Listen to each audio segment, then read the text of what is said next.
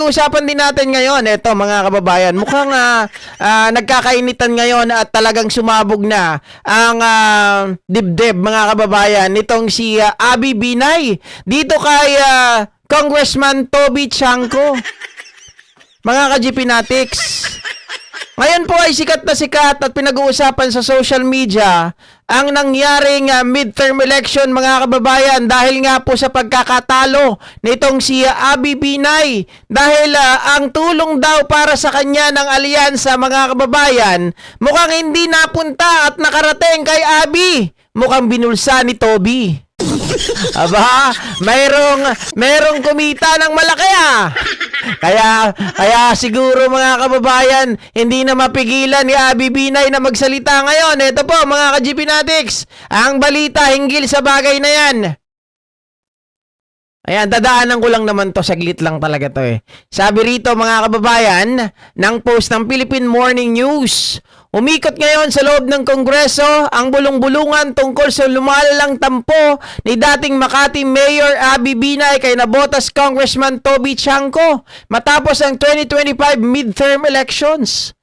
Ayon sa ilang source, hindi umano na iparating ang pondo na inaasahang makakatulong sa kampanya ni Binay. Naku po, bakit hindi nakarating sa napunta? Sa maboteng kamay?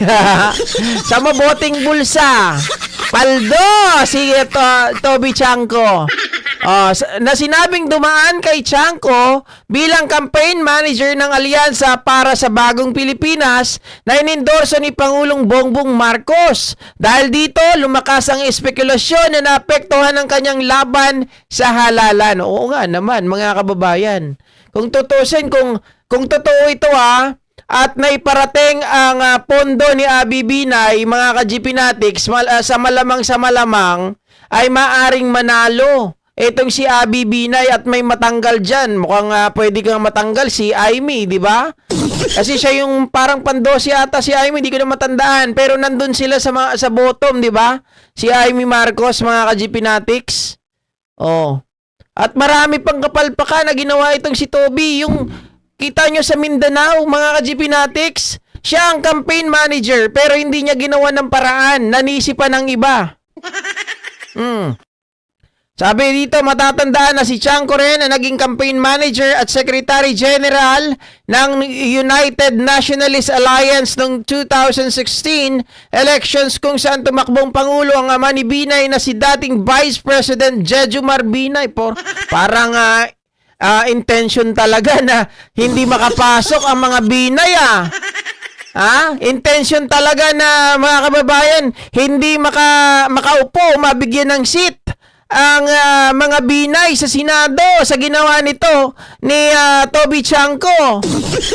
Tapos sasabihin malinis, "Oy Chanco, pinaparatangan ka, baka naman gusto mong sumagot." Sabi niyo, ay nandito pala si Ma'am Lori Sabi binulsa. Ano pa nga ba? 'Di ba? Ay wala naman tayo iba maiisip diyan sa napunta. Mga kababayan, baka ipinantulong para mailigtas si Cheese. Kasi usap-usapan din diyan, mga kababayan, yung pondo daw. Ito, usap-usapan lang, narinig ko lang. Hindi ko naman alam kung totoo, mga ka-GPnatics, na yung pondo, yung pondo mga kababayan, hindi naman ginastos sa alyansa. Mukhang ginastos sa iba para ma-secure, mga ka-GPnatics, itong upuan ni Chis Escudero para makaupo ulit bilang Senate President. Di ba nung pagkasimula ng 20th Congress, si Chis Escudero pa rin? Sabi ni Ma'am Elizabeth na pisa na traffic, GP.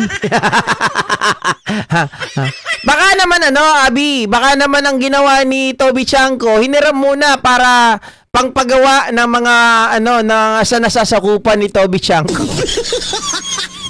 Utang daw muna, di ba? Samantala, usap-usapan din, sabi rito, mga kababayan, Target ni Chanco na maging campaign manager ni Vice President Sara Duterte para sa 2028 election. Sa gitna ng mga kumakalat na aligasyon, o nga, parang ano na mga kababayan, nag-a-apply na. Pero wag kayo pag ginawa mo to Sara Duterte, dire-diretso ang pagkatalo mo, sigurado. Pero grabe naman, mga kababayan, masaklap matindi to.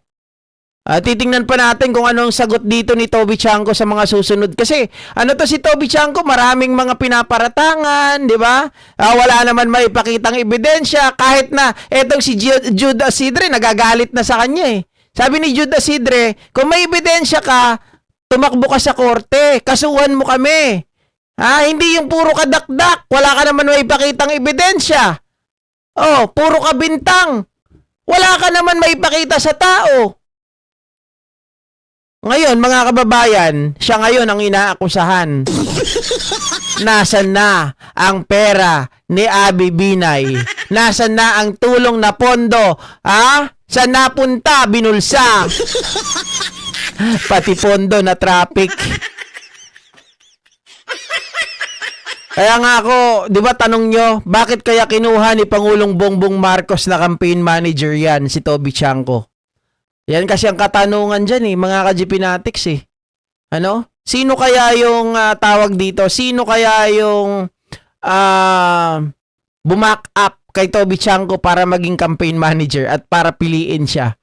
No? Tapos ganun lang pala ang gagawin, ipapatalo ang alyansa. Aray ko! Anyway, mga kababayan, dapat dagdagan pa ni Abby yung kanyang mga sinasabi or yung kanyang mga statement. Paliwanagin niya talaga na walang nakarating. Na ganitong presyo yung inaasahan ko na makakarating na tulong na pondo sa akin. Pero dumaan kay Toby, walang nakarating sa akin. At ayon sa Pangulo, ganito yung binigay niya. Pero wala talagang nakarating kahit 5 duleng. Pinsan kasi ni PBBM yung asawa ni Toby. Kaya, okay. Kaya lang, Trader 'Di ba? Ano to balimbing. Nasa 6 packet na yan.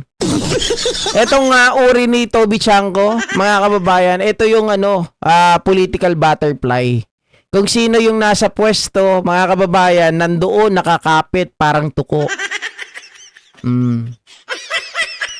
Anyway, salamat po sa inyong comment na ito ay bayaw ni Pangulong Bongbong. Bayaw kasi niya yan, okay? Bayaw pala.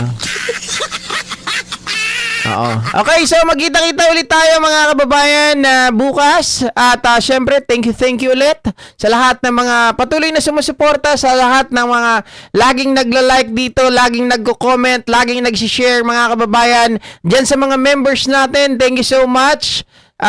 Yung lalong-lalo na yung mga matatagal na dyan mga kababayan, at yung mga gusto mag-member na po kayo. At syempre mga ka-GPnatics, ayan, yung ating products nandyan pa rin po mga kababayan, pwede po kayong mamili. Hindi ko nga lang pinupost yung ating JC Premier hanggang ngayon, wala pang bumibili. Puro kayo Lazada, puro kayo Shopee. Thank you so much po sa inyo. Hindi, thank you. Hindi, maraming umorder sa Lazada. Tapos mali pala, sa Shopee. Wala pala akong Lazada. Bye-bye guys! Ingat-ingat! Okay, I love you all. At ito po ang inyong abang lingkod, mga kababayan, JNK. Good night everyone!